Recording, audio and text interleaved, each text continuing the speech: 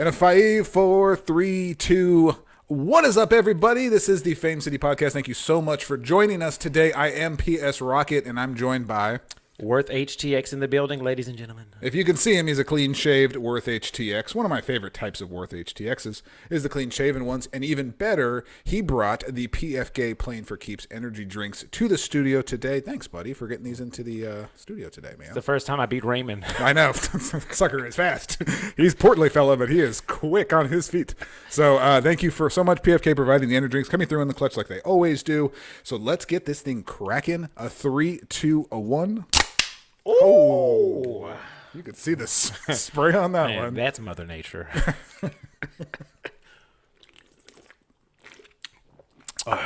Third one today. Oh, damn, bro. Hate to say it. That was much needed. Oh. Did you have one today? Did you have an energy drink today? I did. I had a blueberry earlier. I've been drinking the small ones. Yeah. Yeah, so that wouldn't get the... You know, that's the biggest difference. If I can go a little off topic here, that is the biggest difference between Red Bull and Monster. I know I'm breaking kayfabe here, but that's the biggest difference is Red Bull gives you a lot of size options. First of all, what is Red Bull and Monster? You mean the small PFK drinks? Sorry, yes. Are the smaller PFK drinks and the larger ones. It seems like your type has a lot of different size options. Monster's just coming in a big-ass can, so... I have no idea. All right, so this is going to be a first time for us. Breaking new ground here at Fame City Podcast. We are doing a movie review, which that's not breaking any ground. We know that. But the first time we are doing a full-on double feature. I think you said that word. A full-on double feature. Now, there's a specific reason why we are doing these two films, because we've never done this before. Like, we wouldn't review freaking I was about to say Captain Planet. Wow, nice. I don't know where the hell my head's at. We wouldn't do like Captain Marvel and then do Batman. That'd be weird. But we are going to be looking at two movies, both starting with the word black. There you go. We got Black Adam, starring The Rock, Dwayne Johnson, whatever. And we got Black Panther, Wakanda Forever, the sequel to the 2018 Black Panther movie. So the reason why I'm trying to stick these together, not only to save time and get out two different reviews at one time, because they're very similar in the sense that these were the two big releases from DC and Marvel to end 2022. Mm-hmm. So like this was the end. They don't have any more movies after this. Everything is now looking forward to 2023. These movies have similar. It's one of these where like the co-characters, I don't know what I'm trying to say, the side characters, sometimes are more interesting than the main titular character. But there's a lot of similarities, but I don't want to compare them just yet. I do want to talk about each one, and then we can kind of discuss, I guess, what we like more. I don't know. The answer may surprise you, actually, of which one I liked better, because the first one I want to talk about is Black Adam. I have to really call out myself, because it's like we did Three Village Geeks like 3-4 years ago, something like that. I made the claim that Black Adam would never come out. I don't know did you even remember me saying that? I said that like years ago. Whenever I remember. We were talking about DC, and this was at the time also when DC's future movies was like 37 movies, and it was like every single. I'm like, Black Adam. Oh, The Rock's tied to it. That's never going to happen. Whatever. So yeah, kind of call my bluff on that one. So I think a formidable gentleman called that one out. Yes, I think he did. So there you go. I said no Black Adam. Nothing will never happen, and here we go. So Black Adam comes out. So man, God, first thing I want to talk about Black Adam is something that's a theme with what we're going to be talking about. But Black Adam, the best part about Black Adam, which I enjoyed the movie, and I'll get more into it later, but the best thing about Black Adam was the supporting characters. This is one of those movies where I was way less interested in the main character, the titular character. It's the second time I've said that word. Yeah. I was way more interested in the side characters than I ever was into the main character. I think the side characters made the movie so much better. Oh yeah. And you know who I'm talking about, right? Talking about old Pierce. Pierce Brosnan. Thank you. The man that never ages, even though he ages, but he's aging so gracefully. Pierce Brosnan coming in as Dr. Fate out of fucking nowhere, by the way. I mean, again, with DC movies, they never tease characters. They never, whatever. It's like they just drop them in and fully expect you to understand and appreciate them. Half the time it doesn't work, but man, this time they nailed it. Dr. Fate. I am craving now a Dr. Fate TV show. Maybe not his own movie, but we have to see more Dr. Fate. He was absolutely amazing in that movie. Yeah, a TV show would be dope. But, I think it'd be pretty awesome. It had to be on like a Disney Plus type of feel. Yes. And I don't know if DC has anything like that they're doing right now. I don't know. It would have to be like I can do like a 6 episode, maybe like how he became Dr. Fate, The whole, because not a lot, the casual people, I mean the really deep comic fans really know and support Dr. Fate, but like the casual people really don't know anything about Dr. Fate. I think a good DC series would actually help him. Don't make it anything crazy. Don't make it an Arrowverse. Don't make it like a 22 episode season 1, whatever. Give us like six regular episodes, nice and simple. Pierce comes back, kills it. Yeah. One episode just kind of showing him what his powers before he got in the helmet. Yeah, absolutely. And then just kind of going to like the helmet, modern Fate. And that freaking, oh my gosh, his cape. Oh, that was, you said that was like your favorite part about his costume. The golden silky cape. Oh, I want to wrap myself up in that thing and sleep in it. That thing is amazing. I love it. But it's like every time Dr. Fate was on screen, like he was just like, he captivated you. Like every time he was on screen, you wanted to know what he was doing or what he was going to say. Because every one of his lines was great. And then when he actually battled Black Adam in kind of the middle part of the movie, he utilized his powers like you would think he would want to. It's kind of like similar to Doctor Strange when he fought Thanos on Titan. It's using the different people, but I think we said this too. So when Doctor Strange used the different people on Titan against Thanos, it was really just copies of himself, and they were kind of eliminated pretty quickly. Dr. Fate usually used as many people as he could, and they were all kind of independent, doing their own thing. Yeah, they were all individuals. Yeah, like if there was like literally 30 Dr. Fates, and they all just kind of had their own little thought mind, but they all had the same goal of taking down Black Adam. So thought it was excellent. Dr. Fate is amazing. He's awesome. He's my favorite. So only close second to freaking Hawkman. Why the hell was Hawkman not introduced anytime sooner? Like, I feel like that character could have worked anywhere, and I don't feel like there was too much to like really talk about that character. I don't know why we're just now seeing him. Hawkman is awesome, and Hawkman was one of the original characters in the Justice League. So I'm not even sure why Hawkman was like just now getting a casual mention as a side character. Hawkman was amazing, man. Badass. His abilities, his weaponry, his mace, the spinning mace. His wings. Turns into an axe too, for some reason. Yeah, his wings too. Oh, the wings were awesome. I like compare that to like Captain like Falcon's wings or anything like that. Like kind of get the same vibe from it, but I don't know. You just felt like those were stronger. His wings look, his outfit looked like it was made in Asgard. Yes, I think you're right. Yeah. So crossing over to a different comic. So that really rounds out. So they also had Cyclone. That was the chick that was. Yeah, they could have written her part right the fuck out. I hate to say it, but it's like, I mean, she was probably the most forgettable. I don't really think they gave her a really much to do in the movie. That's the problem. Elegantly spinning. Yes, in slow motion with the rainbows flowing. If you're super into stuff like that, I mean, she was your character. But yeah, there wasn't anything to say about her. And then next to that was Atom Smasher, who's I think Atom Smasher is exactly what we want in like Ant-Man. But Atom Smasher, I don't know. I liked how they did him. I like how they did the size difference with him.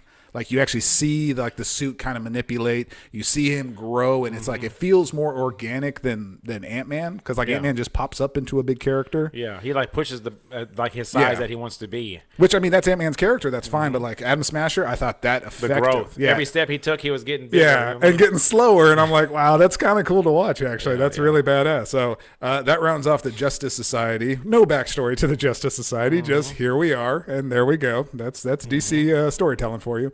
But overall, the movie does suffer. It has a really weak villain. I mean, I could give you $100 right now. You couldn't tell me his name. Nobody can tell you his name. Devil guy. Yes, crazy devil horn guy who was Sabak. This is what his name is. There you go. I cleared it up for everybody in case you're wondering. Sabak. I don't even know if I'm saying it right. It's forgettable. It's whatever. So he has the big fight at the end with Black Adam. And I don't know. It's like, so here's the thing. Rotten Tomato gave this movie, this is what I want to get to. Rotten Tomato right now, as far as I know, I haven't checked it in a while, but I think the last I saw, Rotten Tomato has the critic score of 40%. That's what it's sitting at right now. Oh, man. Just a sidebar, Eternals is at 47%. So don't even tell me this movie is worse than the Eternals. There's no way. Not even no close. shot. So it has an audience score, Black Adam, has an audience score, I think at 90. I think it's sitting right now at 90. Last I checked. That's pretty high. It's pretty high, yeah. It's not well balanced. No, so when me and Worth talked about this before, this is what we said is the critic score is way too low, audience score is way too high. There has to be a balance in between. So I think collectively we were like 70 to 75 or something like that. That's probably the most appropriate rating for that, at least when we saw it. I think it had its struggles. Annoying little kid. I don't even want to get into him. The skateboard. Remember the skateboarding kid?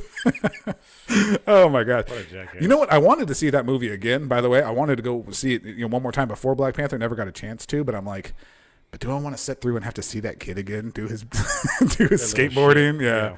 Oh my god. And that kid's apparently a DC character. I never looked further into that, but apparently he's based on a DC character. So if you know, leave it in the comments. I don't know who he is. Yeah. I think he's just an annoying little kid.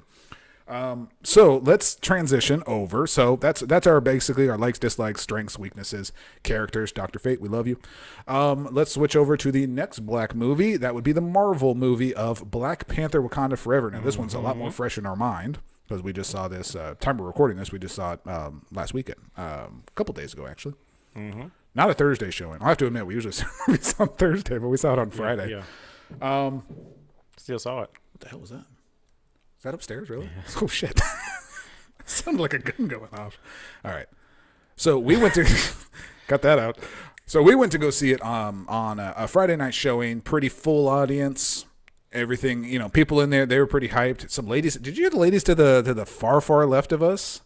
You can absolutely tell 100%. Oh yeah, they were on some girl, you go girl. Yeah, there were some big sassy black ladies are way on the other side of things. They were Me Too shit. Yeah, they were feeling that movie. I'll tell you that. Yeah.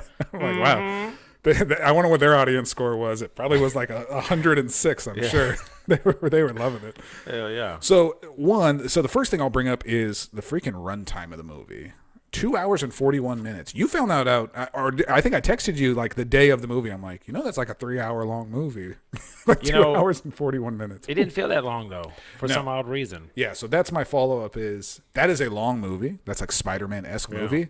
But I think it paced itself well enough that didn't really feel but my gosh, that is a long Marvel movie. You don't really have the Marvel movies like that.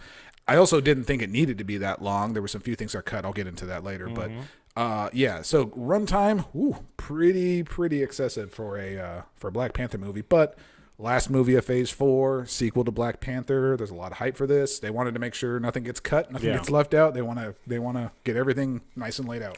The thing about that, the runtime on this movie, man, I didn't enjoy it as much as we did other Marvel movies that had been longer, like maybe like Endgame or the Spider-Man, recent Spider-Man movie. No Way Home, yeah.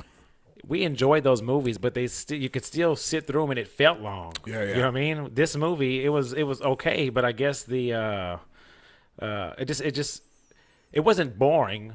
Yeah. It wasn't too action packed and thrilled where you were excited for the next scene or to see somebody pop up out of nowhere. But it was even paced. Yeah. That's why I think the time went by so smoothly. It definitely suffered from really slow parts. Like little dialogue, a lot of dialogue, a lot of backstory. And I understand you have Namor, not Namor. His name is Namor. I'm not calling him Namor. You have Namor, and they introduce him, and they have to tell you his whole backstory. You got to know his reasonings, because that's pretty much the crux of the movie. You can't have him and just be like, oh, he doesn't like the Wakandans, so they're going to fight each other. And really, that really wasn't even the case of the movie. He had other goals beyond that. But my gosh, they took a lot of dialogue to get there and really explain his backing. Which it's your typical like villain story, like, people get killed and then he has to come avenge him and now he's evil. Like that's like every single villain. So I don't know. But he wasn't necessarily evil though. No, because people were going in his territory to try to mine vibranium under the ocean. You know what I mean? Which would disturbed him, and now they're bringing people and machinery, advanced machinery into his realm. Right. And he wants to stop it before it even get close. He's protecting his people. So yes. So not inherently evil, but evil for the purposes of the Wakandans, because he is okay. I got to get to this. Sorry. I don't know if you felt this way about this, but freaking Riri Williams, Ironheart. So ultimately, she is like the American Chavez of Doctor Strange. She's like the crux of this movie. She's the football in the entire movie. They had to, because they have to have that. I don't know why, but that's how the story needed to flow. They needed to have a football to carry through the whole movie. Enter Riri Williams. Okay. Fucking A. I don't know. Yeah, well, she was the whole crux of the movie. She developed the technology that brought him out. Now he wants to destroy her. Now they want to save. Now Wakandans want to save her. Yes. and it's either her or a war. Yes. So based on her technology, she's too much of a threat. What she can make could threaten their kingdom, so they have to kill her. That's kind of a long way to jump to make her a threat. I don't know. Well, here's the thing, man. This is not the original script, so they had to do what they can to kind of fit. Yes. I will give it that. Yes, with the absence of Chadwick Boseman, with T'Challa and having his death, that's the one thing we said at the end of the movie. Like, what does this movie look like if Chadwick Boseman's still alive? Yeah. Guarantee you, it's not what we saw on the screen. Absolutely, it's completely different. I wouldn't imagine. I don't even know what that movie would be. I think it'd have been a different villain as well. Might be. Yeah, you know what I'm saying? Who knows? It'll forever be the what if. So the inclusions of Riri Williams, they need Riri. It's so hard to say. Riri Williams. They need to have her in the movie, which is fine. They have to have her in the movie for the purpose of they need to replace Iron Man. So in the comics, Riri Williams does replace. She becomes the new Iron Man. She has her own tech. She, with the assistance of Stark Technology, becomes Ironheart.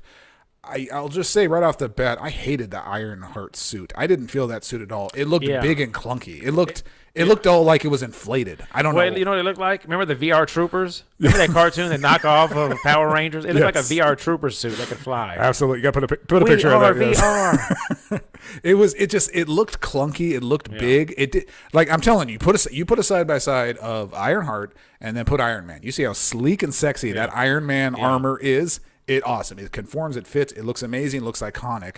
Riri's looks like a cheap Japanese knockoff. Well, you know what it looks like as well? She looked like a transformer. Yes. Did she? Yeah, like you feel like she could turn into a school bus at any time and drive off the road. Yeah. Yes, honestly, that's not her fault, but like they just kind of made the outfit. I don't know. And they cut like little ridges into the top because she has cornrows. Get it? So, fit her cornrows. Dumb, whatever. What about the outfits that Yuri designed they had like the dreads? I don't know. I don't know. It's like, so my expectation on these things is like, it needs to look badass, but it needs to look Wakandan. This looked like something weird, like out of Star Wars. They look like an alien. Yeah, like with the long hair. Like I get maybe you're going for dreads. That was the idea, like the long dreads. But like literally every one of those fighters are all bald. So would it look like an African samurai suit? If you were to take like African style and a samurai suit, put them together. And make them blue and gold.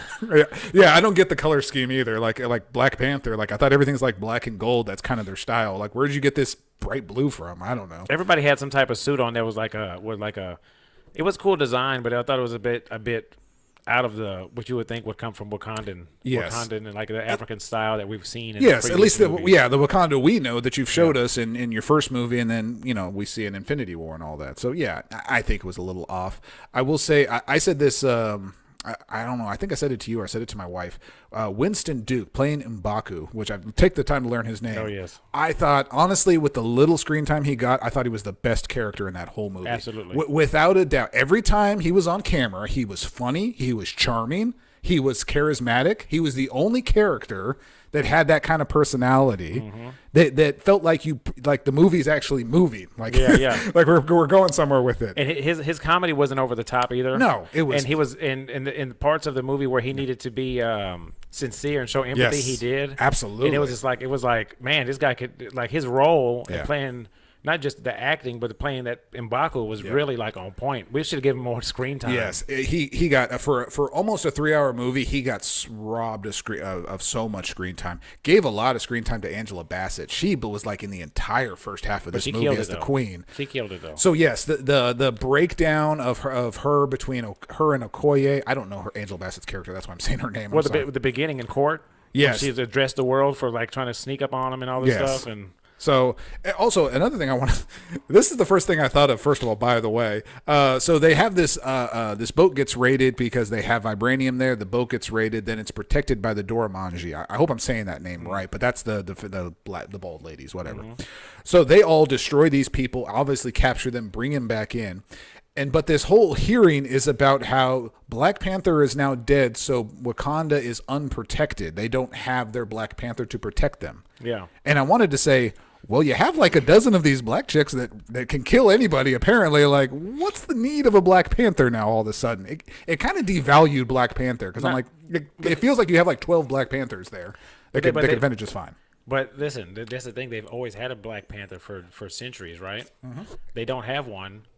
But check out those chicks that can fight. They can fight really good. They don't have powers. There's people in the MCU who still have powers. All right. You know what I'm saying? What if they get attacked by somebody with powers, You're right. such as Namor, who can fly? He's been shot at. He's been these other people who are from I don't remember.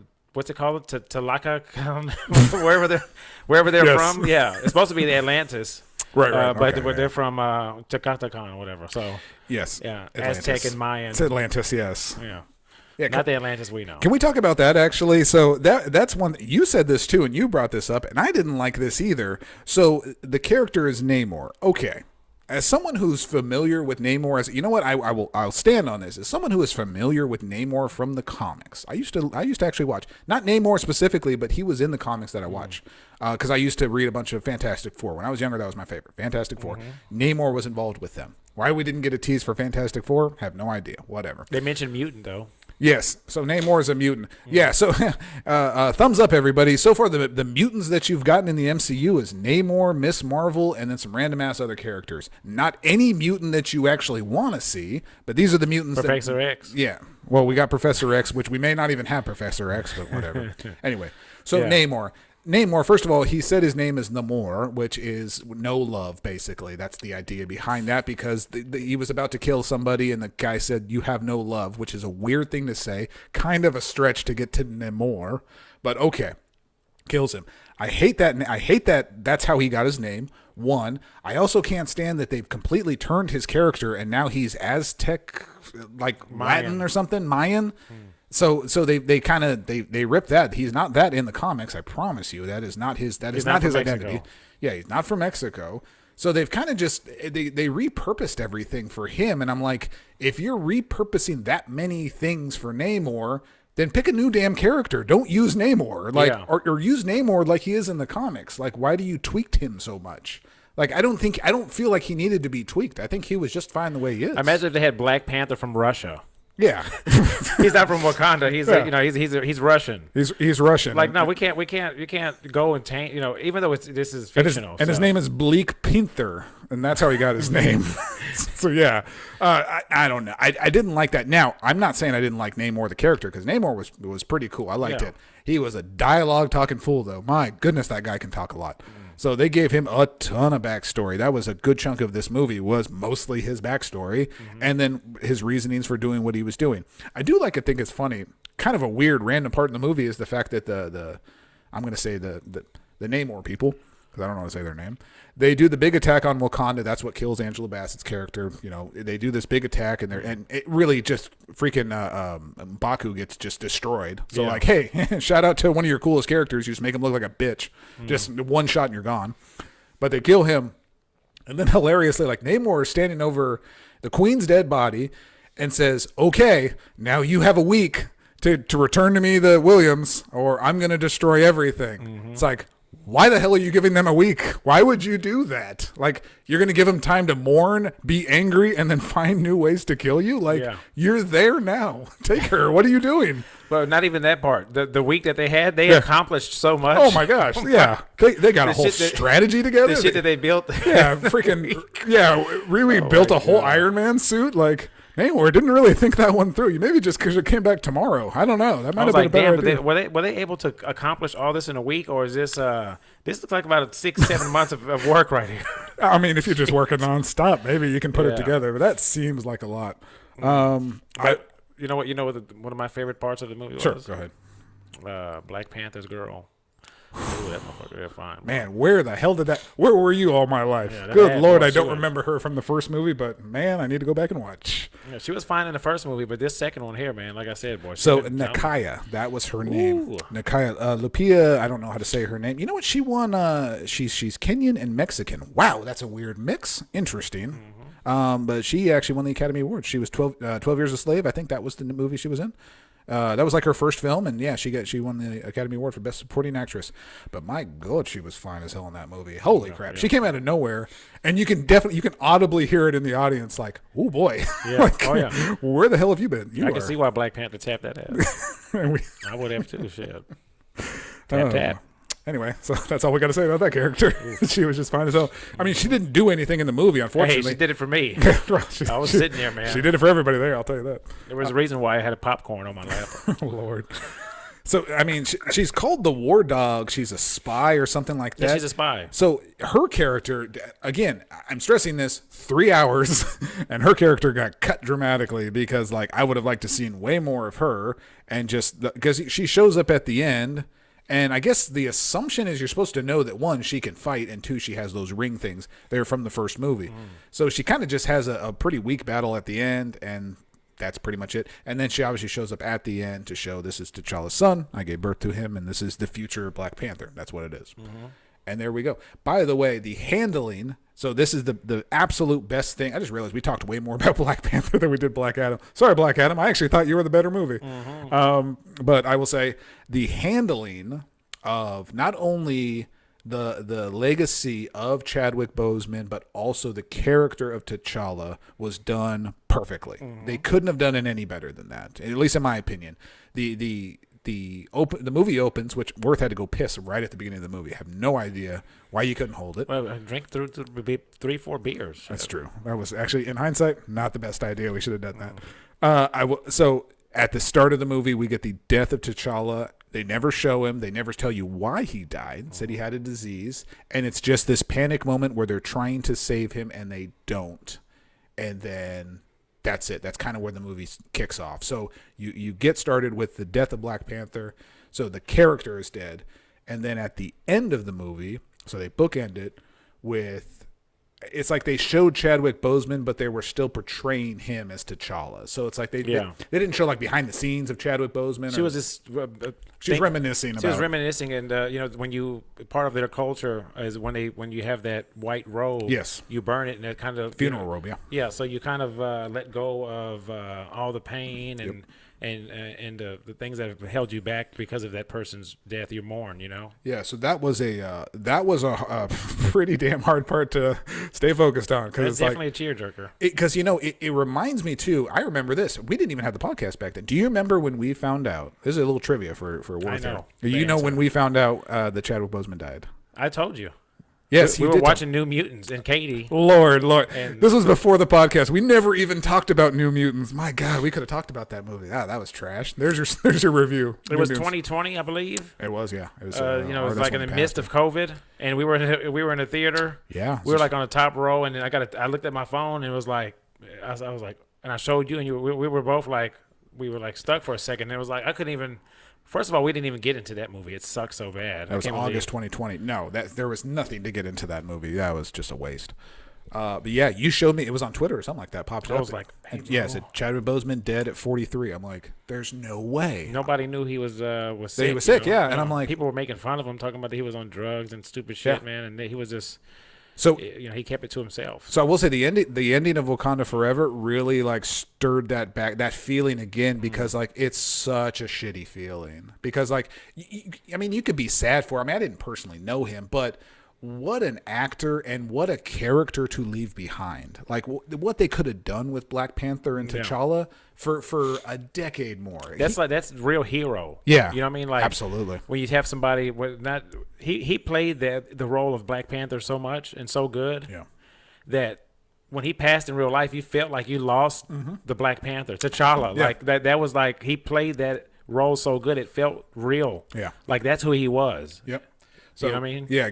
So losing him was the biggest kick, and there was also the kind of controversy like, should they recast him or should they just leave it like that? And honestly, now that it's all kind of said and done, I think they made the right decision. Yeah. Like the death, the passing, this gives Shuri a chance to take the mantle. She's probably the most qualified. She's the strongest character. Great actress. I really like what is her name? I was trying to think of her name actually yesterday. I hate that I don't know it. I really wanted M'Baku though to be the next Black Panther. Yes, you said that before we started recording. Yeah. M'Baku should have been the next Black Panther, and I agree. I think M'Baku would have been because he's not a bad guy, bro. He wants what's right for Wakanda. Yeah, absolutely. You know what I mean? He's pure Wakandan. Yeah, just for the country, protecting his people. He fought in game. He held his promise to Black Panther about absolutely. protecting his mother and his family to the best of his ability. So he saved saved Black Panther in part 1. He did. Pulled him from the river. We need to start a Justice for M'Baku. You know what? Hashtag. We're gonna start a GoFundMe, bro, for M'Baku, bro. That's what you do when people get fucked over. Yes. No matter what it is, it doesn't even have to be financially. You just open a GoFundMe. You know. Let's get you a Disney Plus series at least, something. Yeah. So here's the thing. Okay. Actually, you know what? Let's look this up. We'll look this up in real time because I don't know what the final Rotten Tomato score for Black Panther ended up being, because I know now that it's been out for just a little over a week, now we have kind of finalized. So right now, as of the time of this recording, critics are having this at an 84 on Rotten Tomato.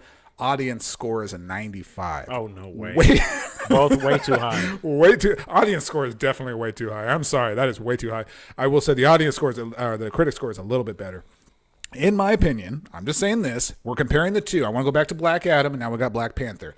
I said Black Adam is a 75 on Rotten Tomato. That's what I'm picking. I'm picking 75. I'm using Rotten Tomatoes score. Okay. I would say Black Panther Wakanda Forever for me is about a 73. That's what I put it at. Yeah. Very, very close. I know it's nitpicky as hell. There was more things I didn't like about Black Panther, but the things that I liked, they did really well. Mm-hmm. Like, I didn't mind the characters. You said the outfits were kind of goofy. We talked about that. The big part was how they handled Chadwick Boseman's passing. Yeah. I think that saved a whole lot, because that was so respectful, so done emotionally.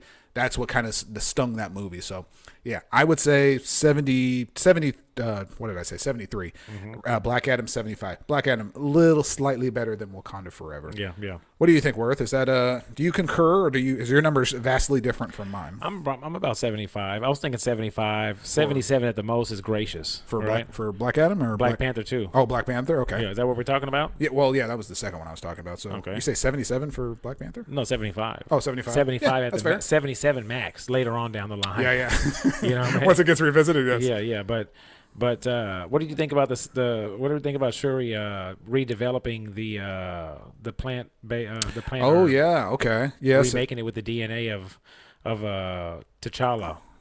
So the remaking of the plant. Yeah, let's touch on that before we wrap this up. So yes, the remaking it. One that does a lot of things for the story. For one, it gives them an opportunity to still be able to produce Black Panthers and give people powers. So that's still in play, and that can eventually be passed on to T'Challa's son. That was the mid-credit scene. By the way, no fucking post-credit scene. You have a 3-hour-long movie and you don't give us a post-credit scene? What? When did that happen? How was that even possible? They need to tell us that beforehand. Like right when it's over, it'll be like, no post-credit scene, then roll the credits, so we don't have to sit through the 10 minutes of credits. I know, we were all standing there like jackass, and all it says is Black Panther will return. Well, no shit. Yes, of course she's going to return. Yes, we realize that if they're alive at the end of the movie, they're going to return. That's how these things work. I thought that was dumb. But yes, giving that chance to have T'Challa's son, whose name is, oh my goodness, I don't even know how to say it. It's T'Challa's son. We're going to leave it at that. Every chick movie from MCU right now seems to end that way. Like Captain Marvel said, Captain Marvel will return in Endgame. Like there's no end scene credit for the movies that have the chicks as the main character. The best one was Ant-Man and the Wasp. Their post-credit scene was the best because it said Ant-Man and the Wasp will return, and then they put a question mark at the end. I thought that was great. I'm like, oh my gosh, Endgame. So yes, two very good movies. I want to straight that. So DC and Marvel ended with good movies. And thank God Marvel ended Phase 4. Good Lord, that is going to go down as like the worst phase. This phase went nowhere. I hate to say it. Oh, Phase 4 is done? Yeah, this is the end of Phase 4, as Kevin Feige said. So we are now, Ant-Man and Quantumanium is now the start of Phase 5. Thank God. Get us out of Phase 4. Why didn't we end with a big movie? That's what I'm saying. Not only did we not end with a big movie, where the hell are we going right now? Like, who's the big baddie? What did we do? At the end of every phase, there's like there's an Avengers, or like there's a come together. And, oh my goodness! No tease of Kang the Conqueror, no tease of Galactus, no tease of Doctor Doom. We did get Kang the Conqueror though, and Quantumania. I mean, but that's the start of they didn't even mention him. That's what I'm saying. Him. Every single one of these Phase 4 movies was just isolated by itself, had no impact on any of the MCU. Coming from 3 phases where every movie had an impact on the whole MCU as a whole. So. Yeah. Hey, we're here for it. For Phase 5, you better do something different, man. We gotta switch this up, man. I can't keep doing this. And Black Adam, you're just happy to be here. DC. Hey, Black Adam. Hey, I give Black Adam a 77. Nice. Black Adam, much better than people said it was. Much better. I'll probably eventually go see it again. But Black Adam, solid movie. I can't wait to see how he's going to work in the DC. They'll probably screw it up. But hey, for now, hey, there you go. And, oh, by the way, Black Adam had a post-credit scene. One of the best post-credit scenes in DC history, by the way. Freaking appearance of Superman. So shout out to that. But yeah, 2 excellent movies. Go check them out both for sure. I mean, they're definitely both worth seeing. I wouldn't pick one over the other. Honestly, if you said which one you want to see, I wouldn't even care. I'd be like, yeah, sure, I don't care about it. Let's go see it. So yeah, go check them out. Solid movies. Hope you got it. Leave a comment. Actually, leave me a comment. Which one did you like better? Did you like Black Adam? Did you like Black Panther? Tell me which one you would prefer. Tell me what you want. I like ending on a worth singing note.